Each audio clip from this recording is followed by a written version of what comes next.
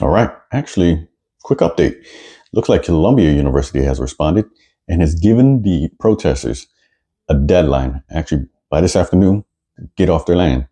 And if not, they're about to face some more consequences. We're going to begin this afternoon with breaking news. That standoff at Columbia University could be coming to an end in the coming hours. Just moments ago, students received a letter from the university telling them that they need to leave by 2 this afternoon and a warning about a punishment if they don't get out. Newscopter 7 over the scene right now, and you can see still many students camping out there. Eyewitness News reporter Stefan Kim live outside the university with the very latest on the timeline that we're just learning about. Stefan. Well, David and Sandra, the university has referred to negotiations in past tense and says it will not be divesting from Israel. Students have until 2 p.m. to clear the encampment or they risk suspension or probation until next June. That said, protesters are asking students to be on site by noon to, quote, protect the encampment. What's happening in Gaza right now is so sickening and so hard to watch. And I think that if the university cared about what was going on, they would just do what's being asked of them. Appreciate that the president was clear that the university is not divesting from Israel. I'm sorry. I don't mean to keep doing this, but yeah, I already know why I'm laughing. I'm sorry. That's completely on the reporter. I know the reporter searched out and found the most stereotypical nerd voice he could find of someone, and just that look of a nerdy little university student. Come on, man. That's yeah, I fought for that one. Like, seriously, who talks like this? Like with this voice right here. It's super smart. You got the best grade. That's what's going on. Come on, man. Napoleon Dynamite sounding ass. All right, let's get back to the video. Mixed reactions this morning from the announcement from Columbia University President Manoush Shafiq. The Ivy League school will not divest from Israel and is asking student protesters to voluntarily disperse from the encampment, adding that the university is exploring alternative internal options to end this crisis as soon as possible, indicating calling the NYPD likely isn't one of those options. The school will also only allow on-campus protests by application and with 2 days' notice in authorized locations. Meanwhile, the school offered to develop an expedited timeline for review of new proposals from students by the Advisory Committee for Socially Responsible Investing, the body that considers divestment matters. The university wants protesters cleared by graduation on May 15th. I think it's just like an excuse for them to not really do any action about what's going on. The anti-Semitism that's occurred around campus is real, it's horrible, and it's disgusting and it needs to be addressed. But so does the stuff that's happening to Arab, Brown, Black, and Muslim students. Student protesters say the school is thwarting divestment demands. Despite resilient occupation of the lawn for over 10 days, they say, Columbia refuses to acknowledge the rationale of the student movement. The university, for its part, adds, we do not want to deprive thousands of students and their families and friends of a graduation celebration.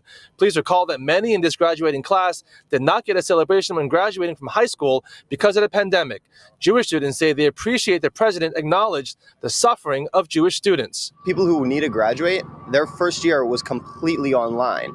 And so if they're not given this chance to graduate, they couldn't graduate high school, and now they can't graduate college, it just wouldn't be fair to them. Mary Adams weighing in, saying protesters should police themselves. How good is your farm team? How good is the next layer of your professional team?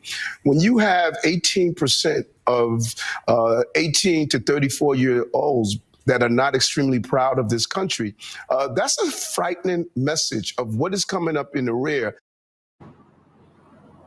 And meanwhile, the mayor says universities across the city do not want the NYPD on campus, rather on the outside, on the edges, to keep the outside agitators out.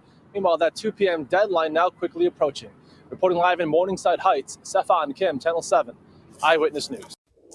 All right, so going back to the reason about why they're trying to push the encampment out, that's a weak-ass reason. Like graduation, come on, just stick to why it is. Just say it.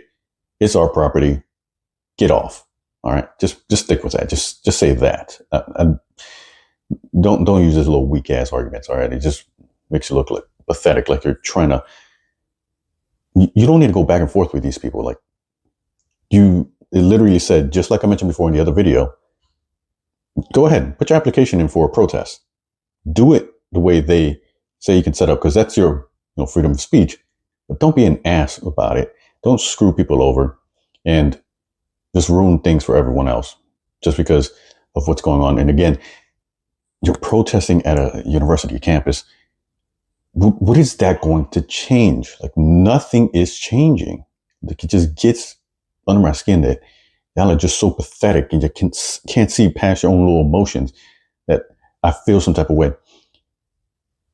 That's you're not doing anything. Just get out. So I'm glad that there's something going on here. With that being said, I did mention also, it's not just Columbia University. So the university is going through it. There's a clip right here going on with University of Austin, I believe. Let's check it out real quick.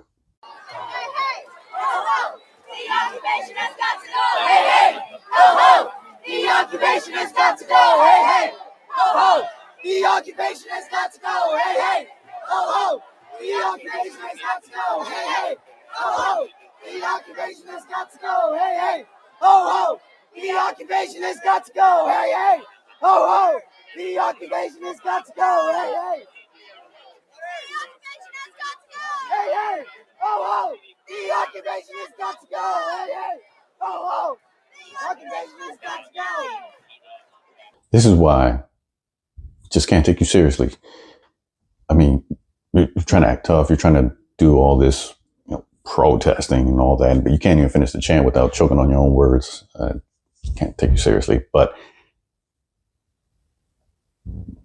take that back in the sense of, I know why you're protesting. It's just, this ain't it, man. Just go sit down. Go finish your homework on whatever what are you even studying? The history of feelings and how you should feel about it. Just get out of there. They do the same thing at this university. All of them, really. Put your application in, protest on a certain day, but don't be a dick to other people. All right? Why is that so hard? Why does everyone need to be a dick to someone else? Damn. Whatever. But having said that, that's a quick update. That's what's going on. Yeah. Enforce the rules. Just because you feel some type of way does not mean you get to break the rules. All right. Things are unfair in the world. That doesn't mean you need to be unfair to other people. If this was something that was truly actually happening to you, I would understand, but it's not. It's something that's happening over, 4,000 or 5,000 miles away. And again, as I stated, to cover such a long distance and to actually target who can actually do something, that is not your local, it is not your state, it is the federal government. All right. Talk to the administration, protest them, give them a hard time, because quite honestly, they need to earn their paycheck. They won't do anything anyways. So those are my thoughts. That's a quick update. That's what's happening right now across the campuses, and we'll see if there's more crackdowns to happen. But it seems like University of Columbia, or Columbia University, excuse me, is starting the trend. Hopefully, let's follow it. That being said, again, go ahead and like, subscribe, hit that notification bell, and see you in the next one.